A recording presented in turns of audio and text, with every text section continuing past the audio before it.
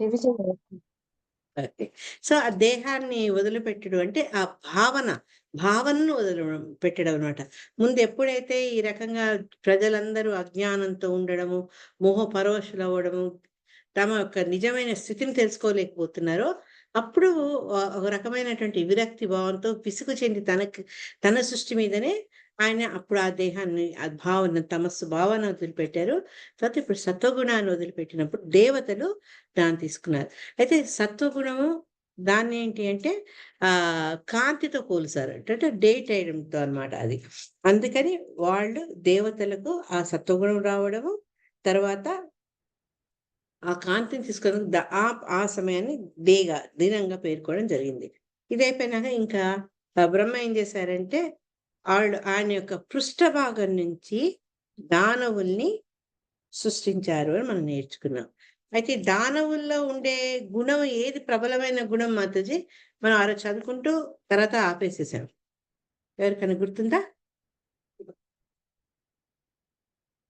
దానవుల్లో ఉండే గుణం. అంటే వాళ్ళలో ఉండే లోపమే అనండి, వాళ్ళకుండే స్వభావం ఏది ప్రామినెంట్‌గా ఉంటుంది? Hare Krishna. Sexual Dzire Mataji. Yes తల్లి. హరే కృష్ణ. భోగవాంఛ. ఇంద్రియ భోగాలను అనుభవించేది చాలా కోరికనమాట. 21 శ్లోకం తల్లి ఒక్కసారి చూపివా ట్రాన్స్‌లేషన్ వాళ్ళకు? 20 కాదు. One second. హ్మ్. మాతాజీ 18. 23rd మాతాజీ. అది అంతదాకా పోలేదు మనం. ఆహ్, ఆహ్, 18థ్ శ్లోక. వాళ్ళు ఎంబడి ఆ పడతారు గదా! సెక్షువల్ డిజైర్ అనేది అదే ఆ! 24థ్‌లో ఆయన చూసి పరిగెడతారు గదా! అక్కడి వరకు అయింది. నేను అది చెప్తున్నారేమో లేదు మాతాజీ లేదు. 24 శ్లోకాస్ అయిపోయినాయి మనయి. అయిపోయాయా? 25th okay. కూడా అయిపోయింది. తర్వాతేంటంటే ఆయన భగవంతుడిని ప్రార్థిస్తారనమాట. లేదు. ఎందుకంటే నేను 21 చాప్టర్ తీసిన. అందుకని నాకు మీకు టాలీ అవ్వట్లేదు. సారీ. బుక్‌లో తిప్పడంలో 21 వచ్చింది. హ్మ్. సారీ. ఎప్పుడైతే ఈ రకంగా వాళ్ళు ఆ పృష్ఠ భాగం నుంచి జన్మించినటువంటి ఈ ఈ దానవులుంటారు గదా! వాళ్ళు ఏంటంటే వాళ్ళు మైథున ప్రియులు.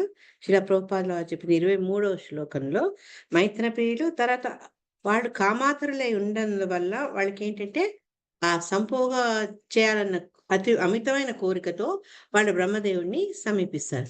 ముందు జ్ఞానాన్ని. కానీ తర్వాత వాళ్ళ యొక్క ఆ తీవ్రతను చూసి, అరే! ఈ సిగ్గులేని అసలు ఈ రకంగా నా దగ్గరకొస్తున్నారు ఈ భావంతో అని చెప్పి ముందు ఆగ్రహించినా తర్వాతేంటంటే జ్ఞానం కలవాడు కాబట్టి అక్కడుంటే తనకు డేంజర్ అని చెప్పి ఎంబడే భయంతో వేగంగా పరిగెత్తి ఆయన ఎవరిని ఆశ్రయించారు? ఎవరైతే మన ఆపదల్ని హరిస్తారో అటువంటి హరిని ఆయన్ని ఆశ్రయిస్తారనమాట. 25వ శ్లోకం. స ఉపవ్రజ్య వరదం ప్రపన్నార్తిహరం హరిం అనుగ్రహాయ భక్తానాం అనురూపాత్మదర్శనం. హరే కృష్ణ మాతాజీ.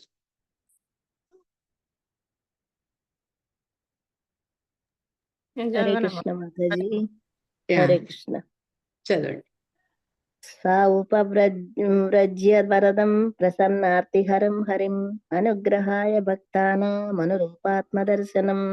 వరదాయకుడును ప్రసన్నార్తిహరుడును అగు శ్రీహరి చెంతకు అతడు చేరెను. తన భక్తుల ప్రీత్యర్థమై ఆ దేవదేవుడు అసంఖ్యాకములకు దివ్య రూపములను ప్రదర్శించుచుండును. హరే కృష్ణ. ఇక్కడ భగవంతుడు ఎవరైతే మన ఆపదని హరిస్తాడో ఆ శ్రీహరి ఆయనకు 2 విశ్లేషాలు వాడారు. ఒకటి వరదాయకుడు. అంటే మనం కోరిన కోరికల్ని అతని ద్వారానే మనము పొందగలం. కాబట్టి ఆహ్, అటువంటి వరదాయకుడు, ప్రపన్నార్తిహరుడు. ఎవరైతే ఆయన్ని ఆశ్రయిస్తారో, తండ్రి నాకు నువ్వు తప్ప శరణం లేదు. నువ్వే నన్ను కాపాడని దీనులై తర్వాత భక్తులై ఎవరైతే ఆయన్ని ఆశ్రయిస్తారో వాళ్ళందరినీ గూడా అతను కాపాడతారనమాట అభయం ఇచ్చి. అటువంటి శ్రీహరి చెంతకు ఈ బ్రహ్మ దానవుల యొక్క భోగలాలసత నుంచి వాళ్ళ బారి నుంచి తనను తను కాపాడేందుకు పరిగెత్తొచ్చేస్తారనమాట. చెప్పుకుంటూ ఇక్కడ స్వామి గురించి ఇంకా కొంచెం మాట్లాడడం జరిగింది. అంటే భగవంతుని యొక్క గొప్పతనము, ఆయన ఎందుకు ప్రపన్నార్తిహరుడు అనేది కూడా చెప్తూ, తన భక్తుల ప్రీత్యర్థం అంటే ఎవ్వరు భక్తులు ఏది కోరాలని, ఏ ఆకృతిలో, ఏ అవతారంలో, ఏ రూపంలో ఆయన్ని ప్రార్థించాలనుకుంటారో ఆ రూపంలో భగవంతుడు దర్శనమిస్తారు అని చెప్తూ, అట్లనే ఇదే ఈ రూపానికే ఆయన పరిమితం అని మనం అనుకోలేము. ఎందుకంటే భగవంతుడు అసంఖ్యాకములైన దివ్య రూపాల్ని ప్రదర్శిస్తారు అని చెప్తారు. మనం మొదటి స్కందంలో చెప్పినప్పుడు కూడా ఆ 23, 24 అవతారాల గురించి చెప్పుకుంటూ, సముద్రంలో, నదుల్లో అలలు వచ్చినట్టుగా భగవంతుడు అనేక అవతారాలు ఉన్నాయి అని చెప్తూ, కొన్నిటి గురించి అధ్యాయంలో ప్రస్తావించడం జరిగింది. కాబట్టి భగవంతుడికి ఉన్న రూపాలు అనేకం. అద్వైతం అనంతం. అంతం లేదు ఆయనకి అన్ని రూపాలన్నమాట. శిలా ప్రభుపాద దీంట్లో చక్కటి పర్పోర్ట్ ఇచ్చారు. అని ఏం చెప్పారంటే, భక్తానాం అనురూపాత్మ దర్శనం అనేది చాలా గొప్ప అన్నమాట. భగవంతుడు కోరిన విధంగా, వాళ్ళ కోరికలకు తగినట్టుగా స్వామి అనేక రూపాలతో వాళ్లకు దర్శనమిస్తారన్నమాట. నిన్న మనకు స్పెషల్ స్పీకర్ చెప్పినట్టు హనుమంతుడు ఆ రామచంద్రుల వారిగానే భగవంతుడిని దర్శిస్తారు, దర్శించాలని కోరుకుంటారు, అంతే అన్నమాట. అందుకని మహాభారతం టైంలో కృష్ణుడిని అతను అంగీకరించాడు తన రాముడని. తర్వాత ఎప్పుడైతే ఆ రుజువు చూపిస్తారో అప్పుడే ఆంజనేయ స్వామి కృష్ణుడికి దాసోహం చేస్తారనమాట. అంతా అంటే నిన్న ప్రభు కూడా చెప్పారు కదా, ఇంకా అతను ఏ రూపంలో భగవంతుణ్ణి ఎక్సెప్ట్ చేయలేదు. కేవలం ఆ లక్ష్మణుడు సైతంగా ఉన్న ఆ రామచంద్రుల వారిని, కోదండపాణిని ఆయన తన ఇష్టదైవంగా ప్రార్థిస్తుంటారు. తర్వాత కొందరేంటి, ఎవరైతే శ్రీ వైష్ణవిజం పాటిస్తారో వాళ్ళకి ఏంటంటే అన్నిట్లో ఉత్తమమైంది లక్ష్మీనారాయణుడు. ఆ లక్ష్మీనారాయణ రూపంలోనే భగవంతుడి వాళ్ళు దర్శించుకుంటారు అన్నమాట. కాబట్టి ఇక్కడ శిలా ప్రభుపాదులు ఏంటంటే, భక్తులు ఏ కోరికకు వల్ల ఏ రకంగా చూడాలనుకుంటారో ఆ రకంగా భగవంతుడు అనేక రూపాలు ధరించినప్పటికీ కూడా కొంతమంది ఏంటంటే ఈ మాయావాదులు భగవంతుడికి ఆకారమే లేదు అన్న భావనలో ఉంటారన్నమాట. కాబట్టి అటువంటి భావన అంటే భగవంతుడు నిరాకారుడు అనే భావన సరైనది కాదు. ఎందుకంటే భగవంతుడు అనేక రూపాల్లో భక్తులకు దర్శనమిచ్చారు. దానికి ఇంకా మనకి ఏంటి ఆధారం అంటే బ్రహ్మ సంహితలో చెప్పారు. అద్వైతం అచ్యుతం అనాది అనంత రూపం. నేను ఇంతకుముందు చెప్పినట్టు స్వామికి అనంత రూపాలు ఉన్నాయి. అది ఎవరు చెప్పారు? స్వయంగా మనందరి సృష్టికర్త బ్రహ్మ చెప్పారనమాట. కాబట్టి భగవంతుడు సకారుడు, నిరాకారుడు కాదన్న విషయాన్ని మనం ఎప్పుడూ మర్చిపోవద్దు అనమాట. అయితే ఏంటంటే మనం ఏదో ఊహించుకొని ఒక భగవంతుడు ఉన్నాడు, ఒక కృష్ణుడు ఉన్నాడు, ఆయన పింఛం పెట్టుకున్నాడు అని అనుకోలేం. మన శాస్త్ర ప్రమాణాలతోటి భక్తులు, ఆచార్యులు వివరించినట్టుగా ఆ రూపానికి మనము అట్రాక్ట్ అవుతాం అనమాట. కొందరు చూడండి, చిన్న లడ్డు గోపాల్ మీద చాలా వాళ్ళకు అటాచ్మెంట్ ఎక్కువ ఉంటుంది. ఉదాహరణకు వల్లభకులు వాళ్ళు భగవంతుని ఏ రకంగా ఆరాధిస్తారు? వాళ్ళు మాతృభావనతో ఒక చిన్ని కృష్ణుడుగా, లడ్డు గోపాల్గా వాళ్ళు ఆరాధించి, చలికాలం వస్తే ఆయనకు స్వెటర్ వేసి, ఎండాకాలం వస్తే ఆయనకి ఇచ్చిన వాటర్ చుట్టూ వాళ్ళు బట్ట చుడతారనమాట. నీళ్లు వేడి ఎక్కువ కుడుతుంది. తర్వాత ఇక్కడ మా శ్రీనాథ్జీ మందిరం ఉంది. పొద్దున్నే లేపరు. మనం స్వామిని లేపుతాం 4:30 మంగళారతికి. వాళ్ళు లేపరు. ఎందుకంటే చిన్నపిల్లలు అంత తొందరగా లేవరు కదా. అంటే వాళ్ళ భావన అట్లే ఉంటుంది. అన్ని వాళ్ళ అలంకరణ కానీ, వాళ్ళ భావం కానీ, ఆయనకు వాళ్ళు పెట్టే భోగం కూడా, నైవేద్యం కూడా అదే రకంగా ఉంటుందన్నమాట. ఆ రకంగా వాళ్ళు అట్రాక్ట్ అయితే, కొందరు ఏంటంటే చక్కగా రాధాకృష్ణుని లేకుంటే గోపికలతోటి బృందావనంలో చరిస్తున్నటువంటి కృష్ణుని, గోపాల బాలుడితోటి పశువులు కాస్తున్న కృష్ణుని చూడడం వాళ్ళకి అది ఎక్కువ ఉంటుంది. కొందరికి రాములవారిని చూసేందుకు ఉంటుంది. అంతేకాని ఆయన సకారుడు, నిరాకారుడు కాదు అనే విషయాన్ని మనం ఎప్పుడు పూర్తి విశ్వసించాలన్నమాట. అని చెప్తూ శిలా ప్రభుపాదులు వారు ఏం చెప్పారంటే, మనకు తెలుసు ఫస్ట్ స్వయంభువ మనువులో మొట్టమొదటి అవతారము వరాహ అవతారము అని చెప్తూ, ఆ వరాహ అవతారమట అనేక చోట్ల ఉంటుంది. ఎందుకంటే భగవంతుడి శరీర రంధ్రాల నుంచి అనేక విషయాలు ఉద్భవించాయని మనకు తెలుసు. ఇట్లా అటువంటి అనేక విషయాల్లో ఎక్కడో ఒక చోట ఆదివరాహస్వామి అవతరిస్తూనే ఉన్నారు. ఆయనే నెలకొనే ఉన్నారు అని చెప్తున్నారు. అంటే ఇవన్నీ ఎటర్నల్ నిత్యంగా ఉంటాయన్నమాట భగవంతుని యొక్క వివిధ అవతారాలు. కాబట్టి భక్తుడేంటంటే ఇన్ని అనేక అవతారాల్లో ఏవైతే నిత్యమైనటు అవతారాలో దాంట్లో ఒక దాని పట్ల అతనికి ఎక్కువ అనురక్తి ఉంటుందన్నమాట. ఇదిగోండి ఇక్కడ చెప్పారు గదా! రామభక్తుడైన ఆంజనేయుడు రామాయణంనందలి ఒక శ్లోకం ఇట్టు పలికెను. సీతారాములు లక్ష్మీనారాయణుల నడుమ భేదం లేదని నేను ఎరిగినప్పటికిని సీతారాముల యందే నా ప్రేమానురాగములు లగ్నమైనవి. కనుక నేను సీతారాములనే చూడగోరుతున్నాను. నేను మీకు ఇదివరకు ఒకసారి చెప్పాను.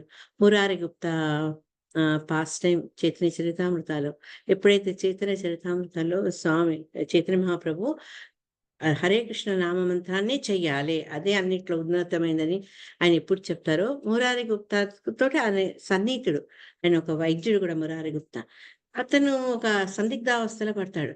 మరి నేను పూజించే చైతన్య మహాప్రభు ఇచ్చే ఆజ్ఞ నేనెప్పుడు జపం చేయాలి, కృష్ణనామాన్ని చేయమంటారు.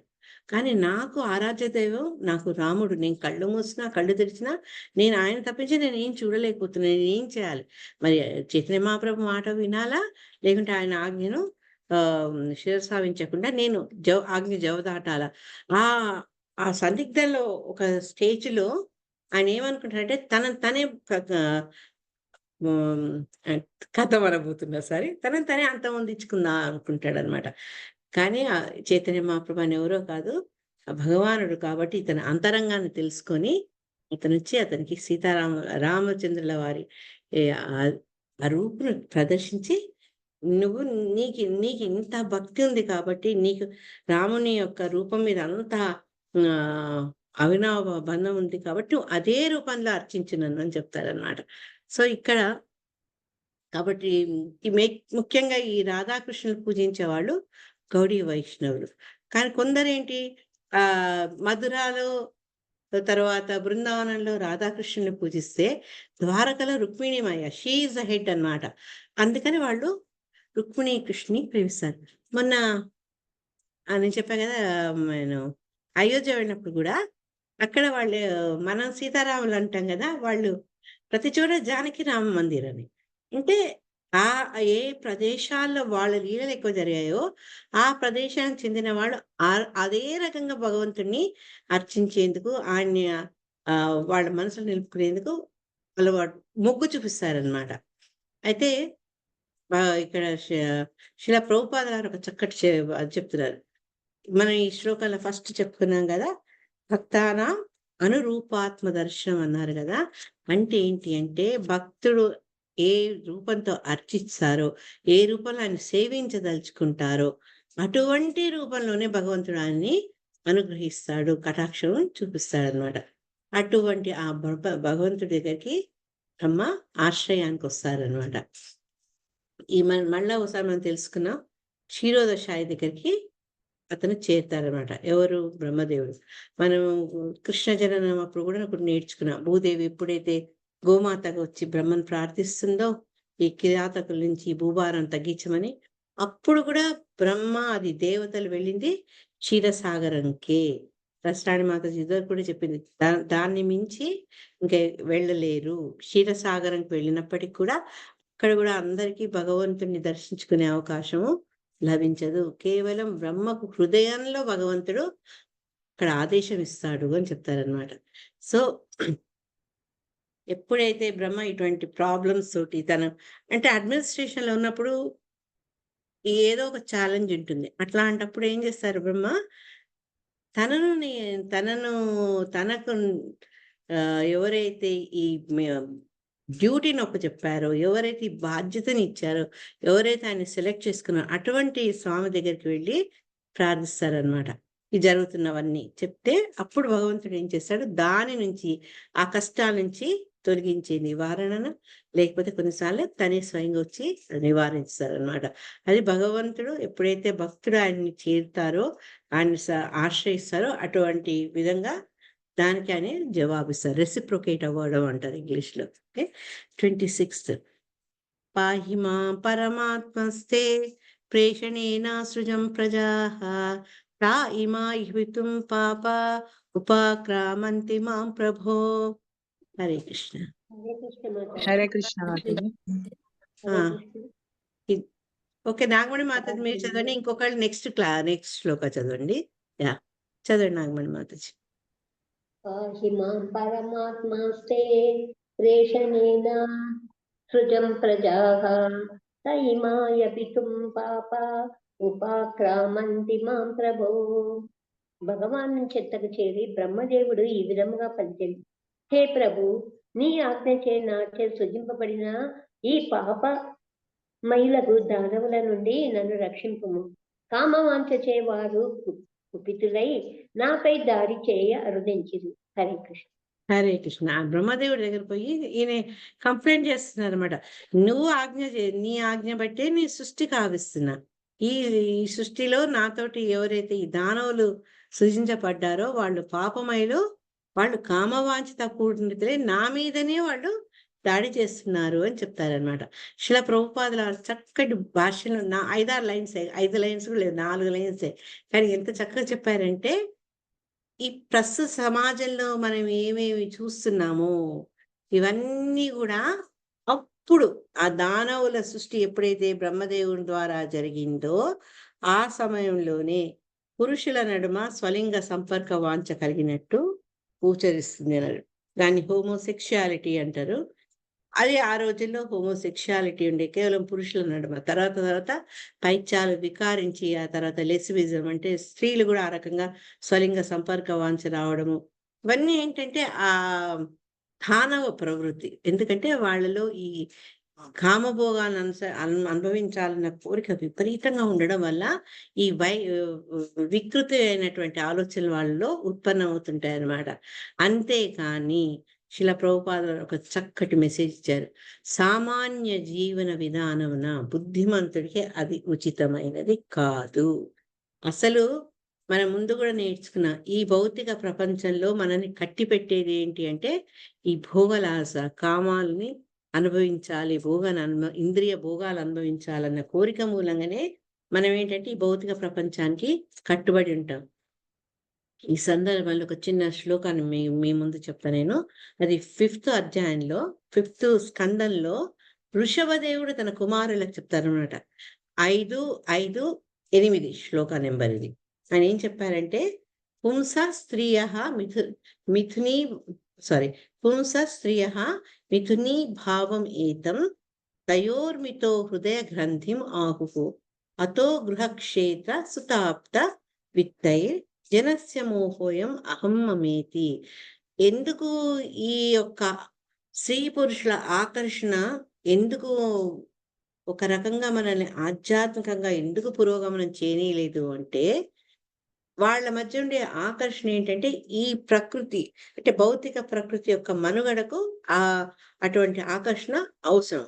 కానీ ఏమైతుందంటే దాని గురించి సరైనటువంటి అవగాహన లేకుండా ఒక రకమైనటువంటి అపోహలో, మిథ్యలో ఉండి అప్పుడు ఏంటంటే ఎప్పుడైతే స్త్రీ పురుషులు ఇద్దరు కూడా వాళ్ళ హృదయాలు పెనవేసుకున్నప్పుడు ఇప్పుడు ఏంటంటే హృదయాల నుంచి మళ్ళా శరీరమైన ఆకర్షణ వస్తుంది.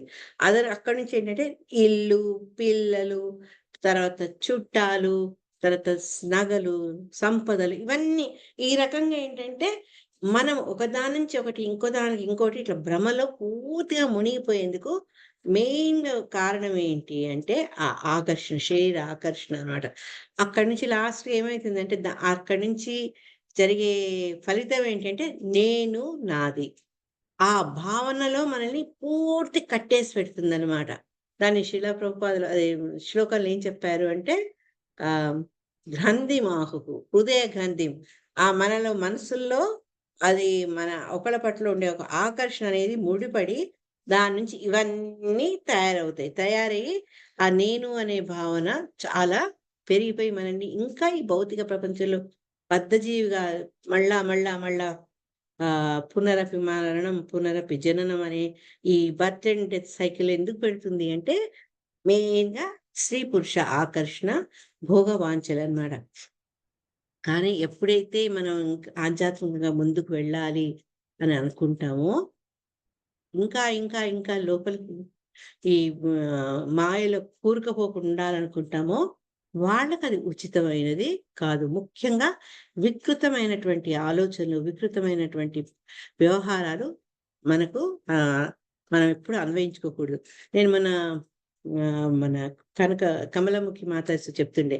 నేను ఒకసారి మా పాప టొరంటోలో చదువుతున్నప్పుడు ఓ రోజు సాయంత్రం అంతా బయట నుంచి చప్పుడు, తర్వాత బూరాలు ఊదడం అవన్నీ వింటున్నా అనమాట. తాళాలు వేయించి ఏంటి అని చూసేటప్పటికి ఒక వెరీ కలర్ఫుల్ ప్రొసెషన్ అన్నమాట వెళ్తోంది. ఆ కలర్ఫుల్ ప్రొసెషన్ ఏంటంటే రకరకాల బట్టలు, కొందరు సరిగా అర్ధనగ్నంగా ఉండి, నెత్తి మీద ఏదో పెట్టుకొని, పిచ్చి పిచ్చి డ్రెస్సులు. అసలు ఊహించలేం మనం. ఈ రకరకాల వాయిద్యాలు వాయించుకుంటూ, పాడుకుంటూ పెద్ద పరేడ్ వెళ్తుంది. ఆ రోజు సాయంత్రం మా పాప కాలేజీ నుంచి వచ్చినాక, ఏంటి చాలా కలర్‌ఫుల్‌గా ఉంది, కొంచెం గొడవ గొడవగా ఉంది. కానీ వాళ్ళందరూ డ్రెస్సింగ్ సరేలే, కొంత పొడగాటి జుట్టు, కొందరు బోడిగుండేసుకొని దాని మీద అంతా టాటూస్ వేసుకొని, అట్లా రకరకాలనమాట. మనం ఊహించవు. మన ఊహలకు అందనటువంటి వికృతాకారాలు, విపరీతమైన డ్రెస్సింగ్స్ అన్ని చూసానన్నమాట నేను. అప్పుడు మా పాప నవ్వి అంది, "అమ్మ అది నార్మల్ ప్రొసెషన్ కాదు. వీళ్ళంతా ఈ హోమోసెక్షువల్స్, లెస్బియన్స్ ఇట్లా అందరూ వాళ్ళు అట్లా ఏడాదికోసారి మొత్తం అట్లా ప్రొసెషన్ తీస్తారు" అని. అంటే చేసేదే పిచ్చి పని. దానికి తోడు దాన్ని ఆ పిచ్చిని కూడా వాళ్ళు ఇంకా ప్రదర్శించుకుంటున్నారు ఇంకా పిచ్చిగా. నాకు నవ్వాలో, ఏడవాలో అర్థం కాలేదు. కానీ మన మన భావనలు ఎప్పుడైతే ఆధ్యాత్మికంగా మనం మలుచుకోకపోతే ఈ రకంగా వికృతాలు మనలో ఉత్పన్నమవుతాయి. దీనికి పెద్ద ఉదాహరణ ఇప్పుడు కలకత్తాలో జరుగుతున్న ఇష్యూయే. 27 శ్లోక త్వమేకః కిల లోకానాం క్లిష్టానాం క్లేశనాశనః త్వమేకః క్లేశదస్తేషాం అనాసన్నపదాం తవ. హరే కృష్ణ. హరే మాతాజీ కృష్ణ మాత. చెప్తా అన్నారు, అప్పుడు మిస్ అయ్యారు వాళ్ళు. చదవండి ఇప్పుడు. నేను చదువుతాను మాతాజీ. 3 సార్లు చేసిన హరే 3 సార్లు. కృష్ణ. యాహ్! మీరు చేయి కూడా లేపండి మాతాజీ. అందరి గొంతు కలిసినప్పుడు తెలియట్లేదు నాకు. యాహ్! సరే మాతాజీ, హరే ఇప్పటి నుంచి చేతులు. చదవండి. త్వమేకాః కిలో లోకానాం శిష్టానాం క్లేశనాశనః త్వమేకాః క్లేశదస్తేషా సన్నపదాం తవ.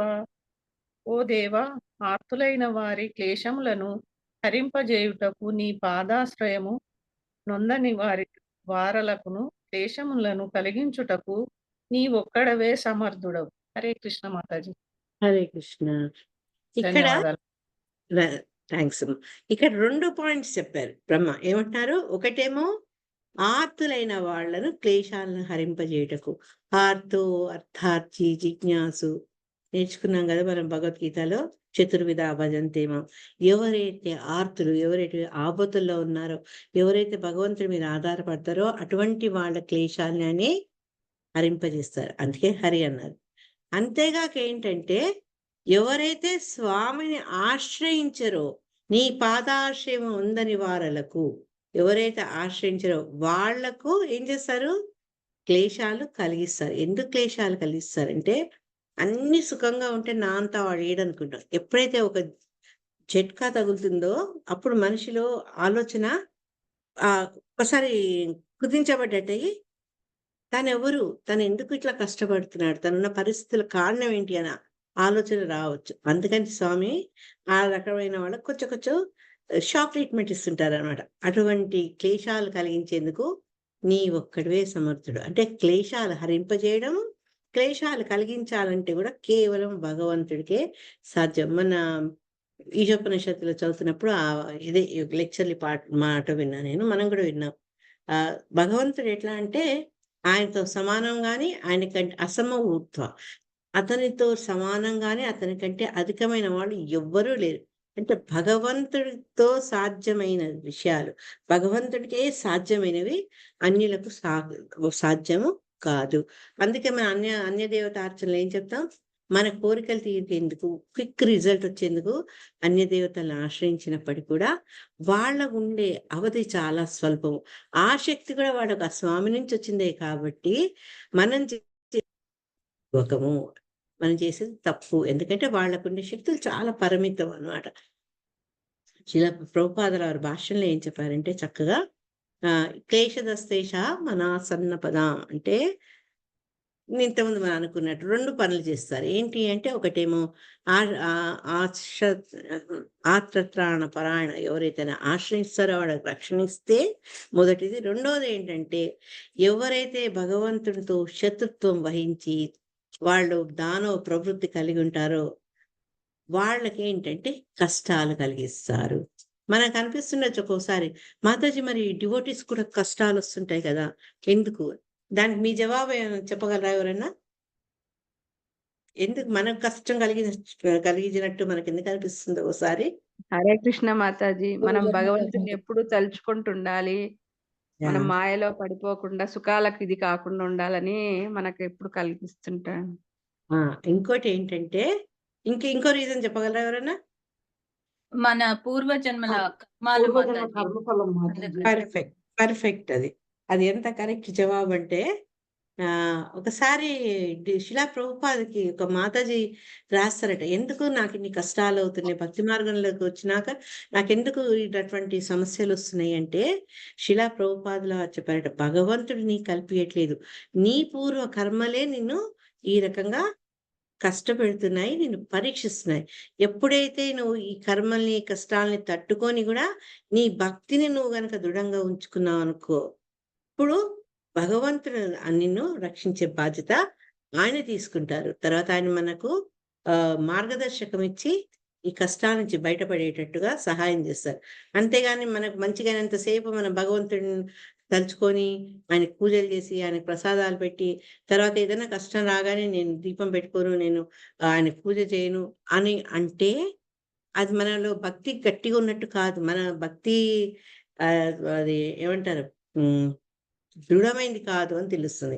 అది గాలి రాగానే కనుక ఎట్లయితే దీపం ఆగిపోతుందో ఆ రకంగా ఉండకూడదు మన విశ్వాసం. ఎటువంటి దాంట్లో కూడా మన భగవంతుడి పట్ల అచంచల విశ్వాసం ఉండాలన్నమాట. అందుకనే ఇక్కడ ఏం చెప్తున్నారంటే బ్రహ్మ, నువ్వు శరణాగత జీవుల రక్షకుడివి కాబట్టి ఇప్పుడు నేను ఆర్తుడనే ఇటువంటి సంక్లిష్ట పరిస్థితిలో నిన్ను నేను ఆశ్రయం తీసుకొని వచ్చాను కాబట్టి నువ్వు నన్ను రక్షించు. ఈ దానవులు ఎవరైతే ఏమంటారు కామాతురులు, అటువంటి వాళ్ళ నుంచి నన్ను రక్షించు అని బ్రహ్మ భగవంతుని ప్రార్థిస్తారనమాట. 28వ శ్లోకంలో సోవధార్యాస్య కార్పణ్యం వియుక్తాధ్యాత్మదర్శనః విముంచాత్మాతనుం ఘోరాం ఇత్యుక్తో విముమోహ చ. చదవాలా మాతాజీ? చదవండి సరోజ మాతాజీ. నెక్స్ట్ కనకవల్లి మాత చదువుతారు. సోవాదార్యస్య కార్పాణ్యాం వివిక్తాధ్యాత్మదర్శనః విముచ్యాత్మాను ఘోరమిత్యుక్తో విమోచః.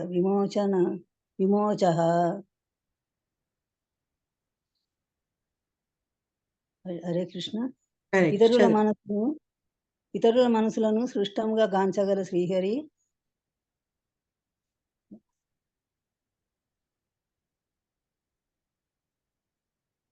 చెప్పట్లేదు మాతాజీ. అది అక్షర బ్రహ్మదేవుని కలత నెరిగి కరెంటు పోయింది మాతాజీ. ఓకే. హరే కృష్ణ.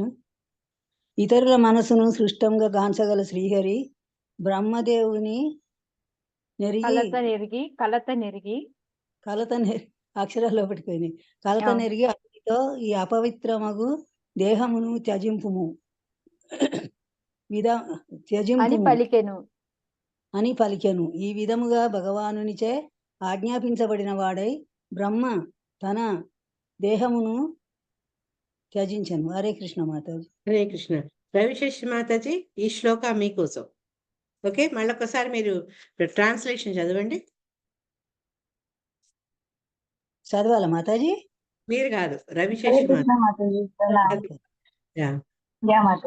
ఇతరుల మనస్సును స్పష్టంగా గాంచగల శ్రీహరి బ్రహ్మదేవుని కలత నెరిగి అతనితో ఈ అపవిత్రమగు దేహమును త్యజింపమని పలికెను. ఆ విధంగా భగవాన్ నుంచి ఆజ్ఞాపింపబడిన వాడు బ్రహ్మ తన దేహమును త్యజించును. నేను జస్ట్ మన క్లాస్ కి ముందే చదివాను మాతాజీ, దీంట్లో క్లారిటీ వచ్చింది.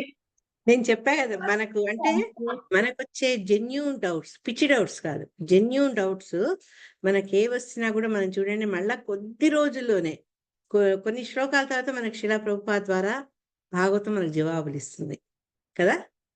Yeah, yes Mataji. నేను చదవడం కూడా మిమ్మల్ని తలుచుకున్నాను. ఓకే, ఇక్కడ చూడండి, బ్రహ్మదేవుడు ఎప్పుడైతే తన కష్టాన్ని చెప్పుకొని భగవంతుడిని ఆశ్రయించినప్పుడు భగవంతుడు అతనికి ఏమని చెప్పాడు అంటే, ఈ దేహం అపవిత్రం, ఎందుకంటే ఆ దేహం నుంచి ఎవరైతే ఉద్భవించారో వాళ్ళలో ఉండే అటువంటి ప్రవృత్తి ఉంది కాబట్టి నీ దేహం నుంచి ఈ దేహం కూడా అపవిత్రమైంది, దాన్ని వదిలేసే అని చెప్పాడు అనమాట.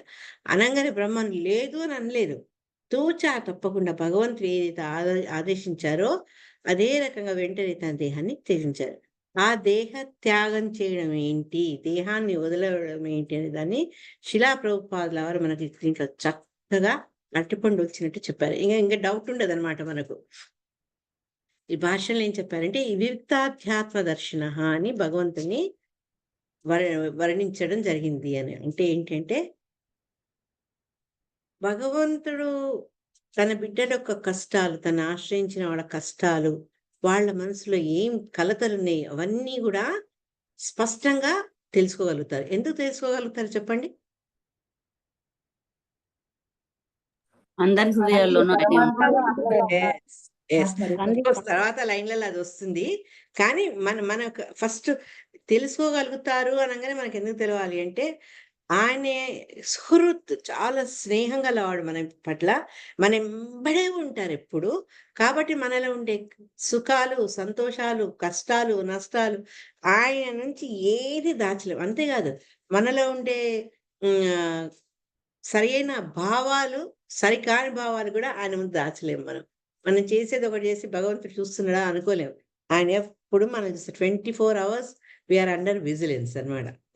ఏమంటారు, వీడియో కెమెరా విజిలెన్స్ తో ఉంటాం మనం. కానీ అది ఇంకా ఎవరి వల్ల కూడా కాదు. భగవంతుడు మన ప్రతి ఒక్కరి దేహంలో ఆయన ఉంటారు కాబట్టి ఆయనకే అది సాధ్యమవుతుంది అనమాట. కాబట్టి ఇక్కడ ఈ మాట మన ఇదివరకు కూడా ఆచార్య చెప్పారు. ఒక మిత్రుడు, నేను చెప్పాను కదా మిత్ర అని ఎందుకు అంటాము అంటే, సామాన్యంగా రకరకాలైన బాంధవ్యాలు ఉంటాయి. కానీ కొందరు ఒక లెవెల్ దాకానే ఆ కష్టాన్ని తీర్చే ప్రయత్నం, మాటలతో సాంతనపరచడు, లేకపోతే కొన్నిసార్లు వస్తు రూపాన సహాయపడ్డు, అట్లా ఏదో చేస్తారు. మిత్రుడేంటి అంటే ఒక లెవెల్, వీళ్ళందరితో పోసి ఒక లెవెల్ ఎక్కువ. మన అంతరంగాన్ని తెలుసుకొని మన బాధలు తీర్చేందుకు అతను ప్రయత్నిస్తాడు. నిన్నుగా అర్థం చేసుకుని మిత్రుడు ప్రయత్నిస్తాడు. కొన్నిసార్లు భర్తను భార్య, భార్యను భర్త కానీ, తల్లిని పిల్లలు కానీ సరే అర్థం చేసుకోలేకపోతుండొచ్చు వాళ్ళ పరిధిలో. కానీ ఒక స్నేహితుడు, ఒక స్నేహితురాలు మన యొక్క ప్రతి మూడ్ని వాళ్ళు అర్థం చేసుకోగలరు. కానీ వాళ్ళు కూడా తెలుసుకోలేరు, ఎందుకంటే మొత్తం తెలుసుకోలేరు. నువ్వు ఫ్రెండ్కి చెప్పినప్పుడు కూడా అన్ని చెప్తావో లేదు, కొన్ని నీలో నువ్వు దాచుకుంటుండొచ్చు. ఎందుకు అందరికి చెప్పడము అనో, లేదంటే వాళ్ళకి చెప్పిన మటుకు ఏం లాభం, వాళ్ళని మార్చేవాళ్ళ, తీర్చేవాళ్ళ, అట్లా అనుకోవచ్చు మనం. కానీ భగవంతుడి మటుకు అది చాలా సులభం అనమాట. ఎందుకు అంటే ఆయన పరమాత్మ రూపంలో ప్రతి ఒక్కరి హృదయాల్లోనే నివసించుంటారు. కాబట్టి బ్రహ్మదేవుని యొక్క ఈ దుఃఖ కారణం వెంబడే నేరుగా బ్రహ్మదేవుడని కాదు, మనందరి బాధలు, మన యొక్క భావాలని డైరెక్ట్ గా తెలుసుకోగలుగుతారు. డైరెక్ట్ కనెక్షన్ అనేది. సర్వస్య చాహం హృది సన్నివిష్ట శ్రీకృష్ణ భగవానుడు భగవద్గీతందు పలికాడు అనమాట. ఆయన ఏమన్నారు, ప్రతి ఒక్కరి హృదయంలో నేను నిలిచున్నా, నా మూలంగానే జ్ఞాపక శక్తి కానీ, తర్వాత మర్చిపోవడం అంటే దాన్ని ఏమంటారు, మర్చిపోవడాన్ని మతి మరుపు, ఇట్లాంటివి జరుగుతున్నాయి. స్మృతి విస్మృతి అంటే జ్ఞాపకం చేసుకోవడము, తర్వాత మర్చిపోవడం, ఇవన్నీ కూడా భగవంతుడి వల్లే జరుగుతున్నాయి. అంతేగాక భోక్తారం యజ్ఞ తపసా, ఎవరైనా శ్లోక గుర్తుందా, సర్వలోక మహేశ్వరుని సుహృతం సర్వభూతానం. ఇక్కడ కూడా ఆ పదం మళ్ళీ ఇక్కడ కూడా మనం గుర్తు, సుహృతం సర్వభూతాన, ఒక్క మనుషులే కాదు, భగవంతుడు వాళ్ళ సృష్టింపబడ ప్రతి ఒక్కళ్లకు అని మంచి శ్రేయోభిలాషి అన్నమాట. అయితే ఆ శ్రేయోభిలాషి అయిన భగవంతుణ్ణి మనం ఎప్పుడైతే శరణాగతం సంపూర్ణ శరణాగతి చేస్తామో అప్పుడు మనకు తెలుస్తుంది భగవంతుడు నాలోనే ఉన్నాడు అని తెలుసుకోగలుగుతాం. మన కష్టాలు వచ్చినప్పుడు దేవుడు ఉన్నాడా అన్న ప్రశ్న ఎవరైతే ఈ సంపూర్ణ శరణాగతి చేరో వాళ్ళలో ఉద్భవిస్తుండొచ్చు.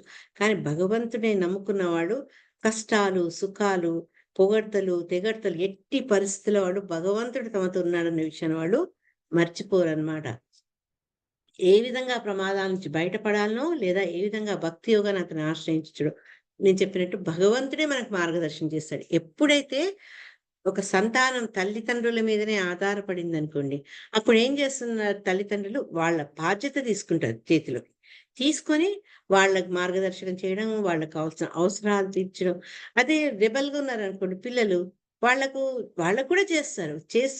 చేస్తూ మళ్ళా వాళ్ళని కరెక్ట్ చేసేందుకు, దండించేందుకు, లేదంటే కోప్పడుతూ ఇవన్నీ చేస్తారు. ఎప్పుడైతే విధేయులైన పిల్లలుంటే వాళ్ళ తల్లిదండ్రుల మీద మీరు ఏమైనా చెప్పండి, నువ్వు ఈ డ్రెస్ వేసుకోమంటావా వేసుకుంటా.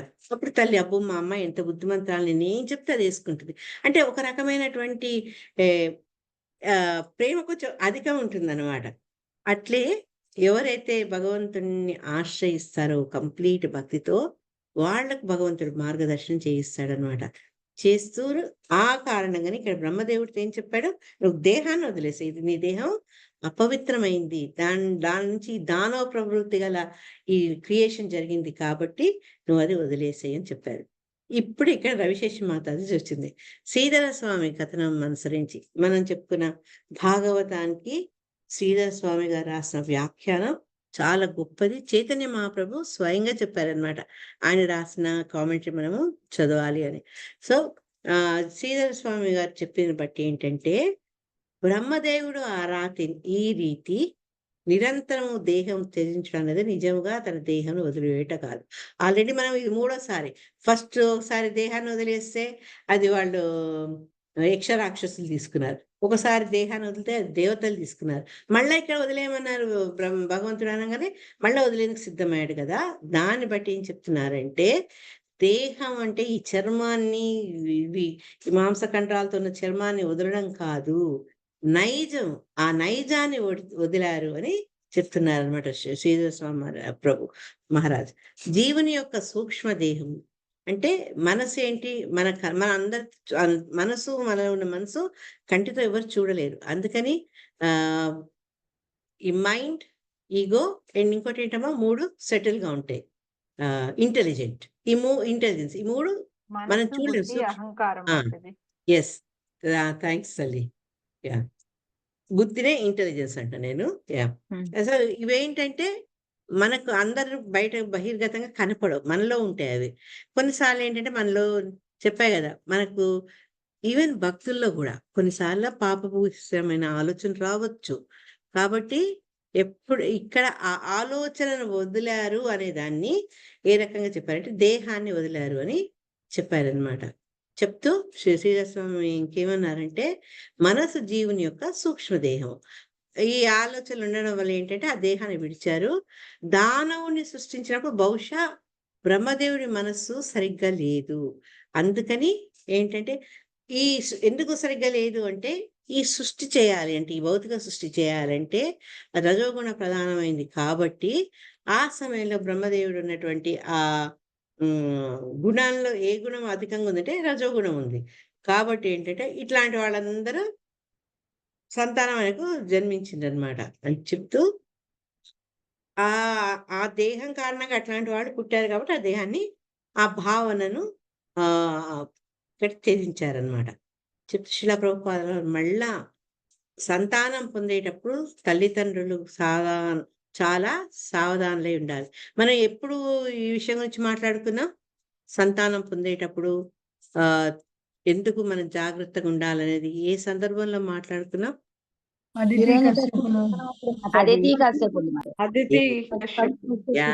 అప్పుడే కదా ఈ గర్భాధాన సంస్కారాలు ఇవన్నీ ఎందుకు చెప్పారు రసరాణి మాతాజీ అంటే, మనకు శాస్త్రాలు ఏం చెప్తాయంటే, ఎప్పుడైనా సంతానం మనం సంతానానికి జన్మ ఇచ్చినప్పుడు తల్లిదండ్రులు చాలా జాగ్రత్తగా ఉండాలి. మన యొక్క మానసిక స్థితులు ఆ సంతానం మీద ప్రభావం చూపించే అవకాశాలు ఉంటాయి. కాబట్టి ఇక్కడ అదే చెప్తున్నా శిల ప్రభుపాద, పిల్లవాడి మానసిక స్థితి అతని తల్లి గర్భంలో ప్రవేశించినప్పుడు తల్లిదండ్రులు ఏ రకమైనటువంటి మనస్థితిలో ఉన్నారో దాని మీద ఆధారపడి ఉంటుంది. అందుకని ఈ గర్భాధారణ సంస్కారాలు మనం పాటించాలి. అది కూడా తప్పనిసరిగా.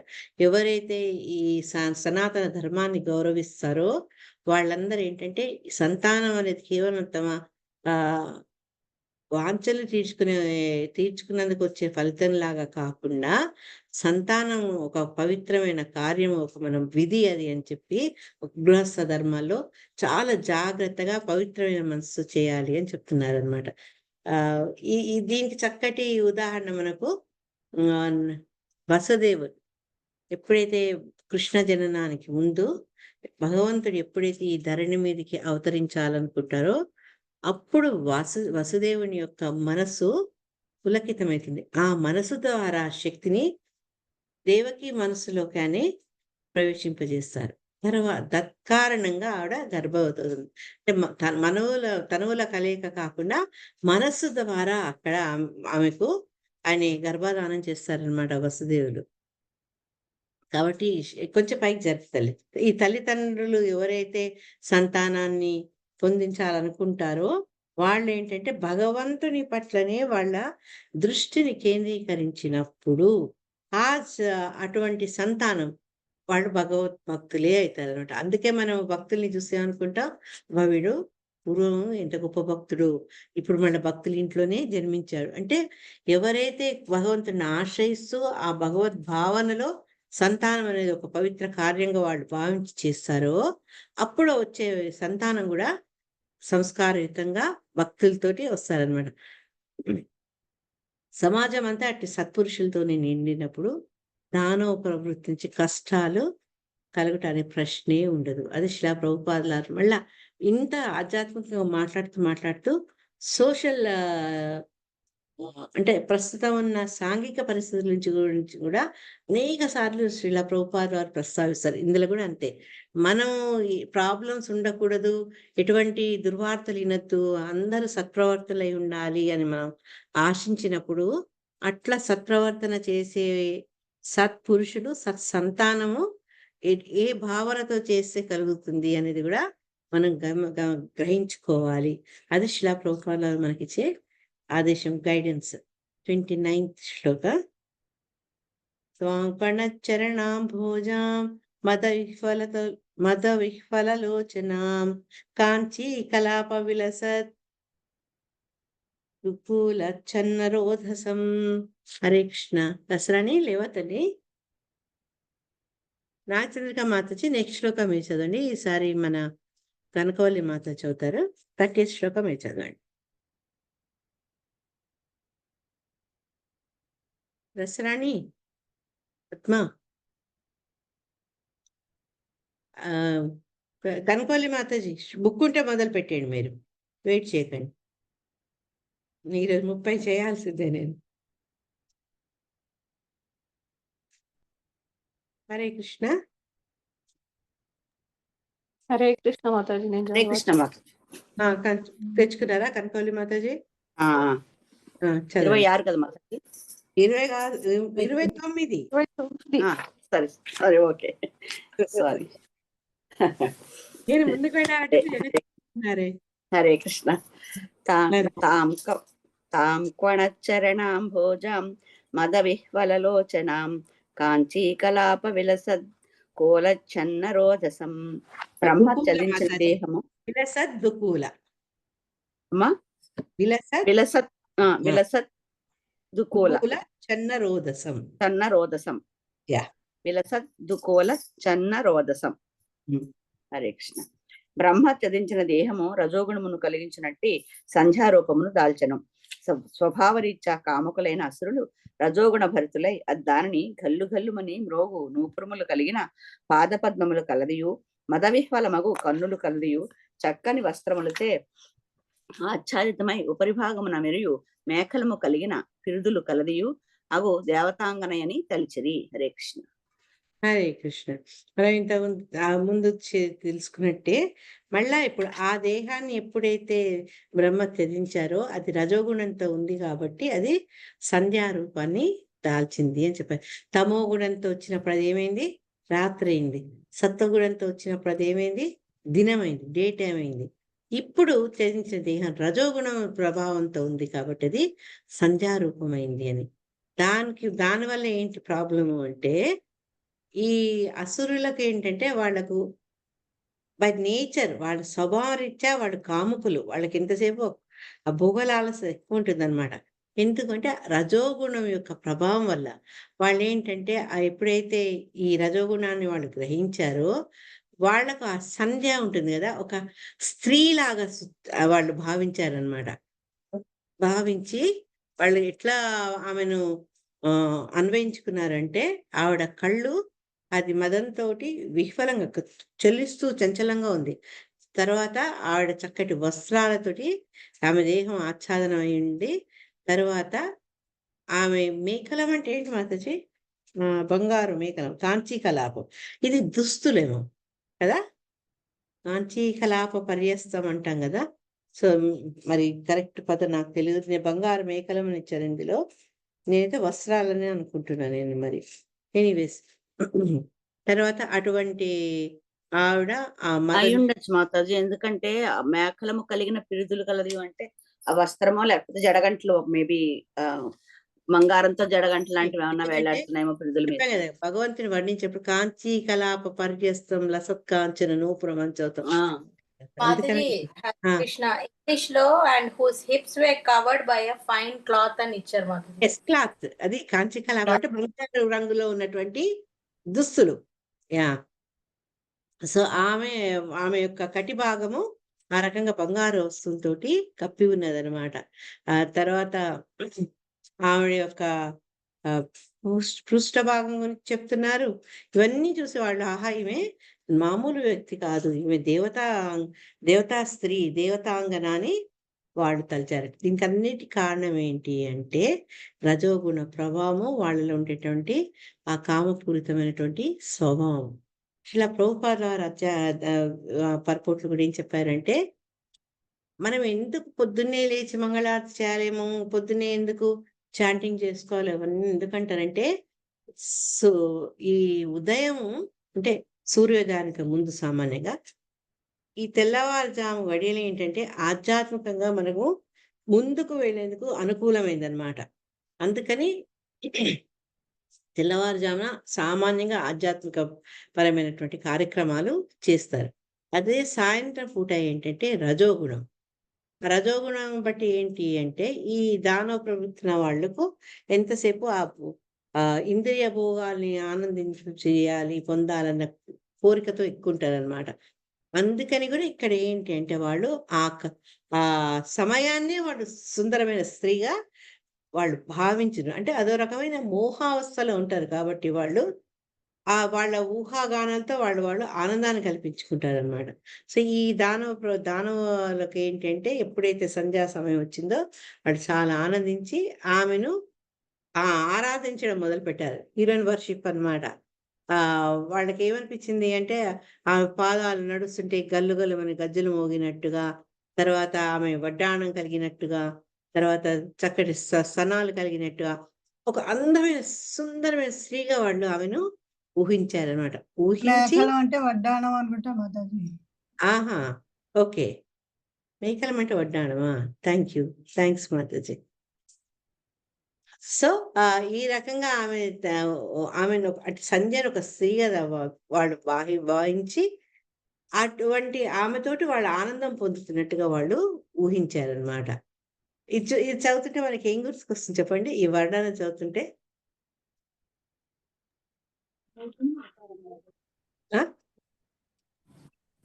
మోహిని అవతారం. ఎస్ అంటే ఆమె ఈ దానవుల్లో ఉండేటువంటి ఆ ఒక్క స్వభావాన్ని ఎన్కాష్ చేసుకున్నారనమాట కృష్ణ అక్కడ. అందుకే మోహినిగా వచ్చి వాళ్ళని భ్రమింపజేసి అమృతాన్ని వాళ్ళకి అందకుండా వాళ్ళను మోసం చేశారు. యా లాస్ట్ శ్లోక నాగచంద్రిక మాత చదువుతుంది 30th శ్లోక. అన్యోన్య ఇక్కడ శ్లేష కాపరాదు వద్దు కంటిన్యూ చేస్తాం. 30th చిన్నది 3 లైన్, దాని పరపోటు కూడా లేదు, అందుకే ఆపట్లేదు.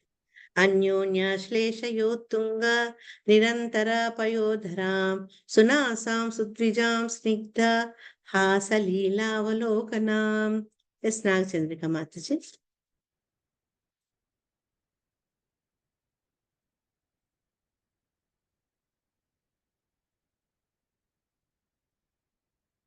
ఉన్నారా వెళ్ళిపోయారా మాతజీ? అయ్యో పాపం అప్పటి నుంచి చేస్తా అంటున్నారు. నువ్వు చదువు అసలు. చదువు పద్మాక్షి మాతజీ, చదవండి. అన్యోన్యశ్లేషయోత్తుంగ నిరంతర పయోధరాం సునాసాం సుద్విజాం స్నిగ్ధ హాసలీలావలోకనాం. ఒకదానికొకటి తాకియున్న కారణమున ఆమె స్తనములు ఉన్నతముగా గోచరించెను. అవి అతి చేరువగా నుండి నడుము ఏమాత్రము వ్యవధానము లేనివిగా నుండెను. చక్కని నాసికను, సుందరమగు దంతవరసలను, పెదవులపై సుందర దరహాసమును కలిగి ఆమె అసురులను లీలగా గాంచెను. హరి హరే కృష్ణ. ఇక్కడ ఆ సంధ్యాదేవి యొక్క వర్ణన, దేహ వర్ణన చేస్తున్నారు. ఉన్నతమైన వక్షాలు కలిగి ఆమె చక్కని ముక్కు, అందమైన పలువరుస, చక్కటి దరహాసం కలిగి ఆమె అసురులను లీలగా కాంచిన ఓరచుకులో లీలగా చూసిందట ఆవిడ సంధ్యాదేవి. సో ఈ ప్రస్తుతానికి ఇక్కడ ఆపుదాము. మళ్ళీ ఈ వర్ణన గురించి, ఈ ఒక స్త్రీ యొక్క సౌందర్యానికి అసురులు ఏ రకంగా రియాక్ట్ అవుతారు, దేవతలు ఏ రకంగా దృష్టి గావిస్తారు, ఇవన్నీ గురించి నెక్స్ట్ శ్లోకాల్లో వర్ణించడం జరుగుతుంది అనమాట.